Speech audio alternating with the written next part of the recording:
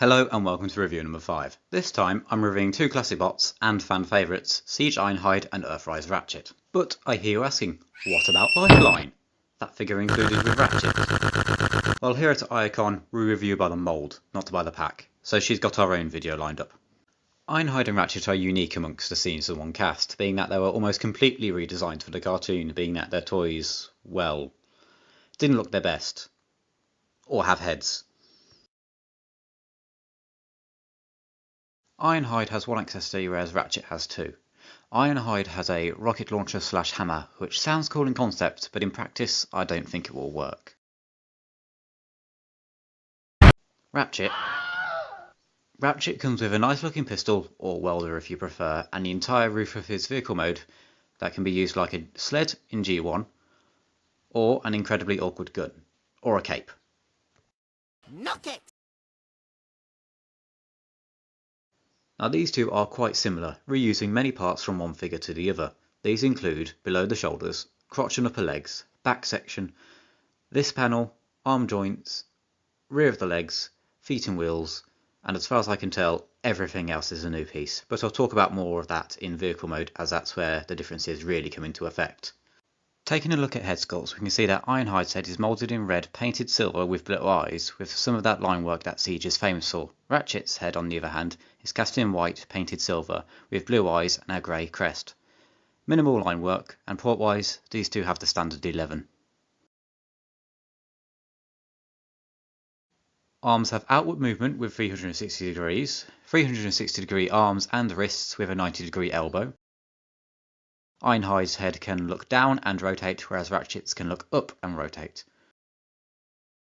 Waist swivel, and legs have full range of motion with 90 degree knees and ankles.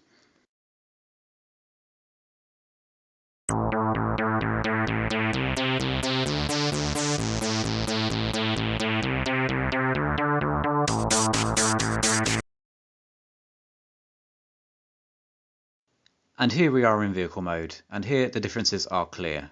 Ironhide is what I affectionately call a brick on wheels with a ton of detail. His feet are hanging off the back, however they don't look out of place due to the boxy aesthetic of the entire vehicle. However, I can't say the same for Ratchet. While the Earth-like mode is amazing, it does suffer from being a remold of the Siege version. Most obviously with the parts forming and the feet on the back. Now I'm a small details guy, I love it when they're done right. For example, they started a window on the back here, but I just guess they ran out of budget. And on the side, the roof has small notches that line up with the door lines. I just don't know why they're on both sides. And one thing I will never understand is why they decided to go with clear plastic for the windows on Ratchet. I sort of understand on Ironhide, as it's just the one front window and they're not really in disguise on Cybertron. I wonder if there's any Autobots around here. But on Ratchet, not only is it causing visible head syndrome, but inconsistency, as the rear windows are solid plastic and the middle is half and half. It's just mildly annoying. Don't get me wrong, it doesn't ruin the figure, but it's something I plan to fix down the line. Wheel spin. Overall, these two are amazing. Honestly, I do prefer the Siege mould over the Earthrise, because while the Earth mode is a sight to look at, I feel too many sacrifices were made to achieve it. I feel if they wanted to make an Earth mode, they should have gone all out like the Datsuns. Ironhide gets a 4 out of 5, Energon Cubes, and Ratchet gets 3. This bonus review is going to be a little different, as we're taking a look at a figure I just reviewed, Ironhide. Remember him? Well, we're not looking at Ironhide himself, but rather a repo label set produced by Toyhax that improves the look of him.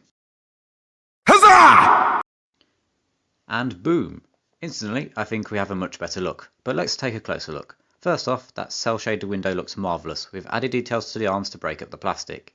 The silver stripe on the legs has been replaced with a high-tech pattern as well as additional details added to the knees.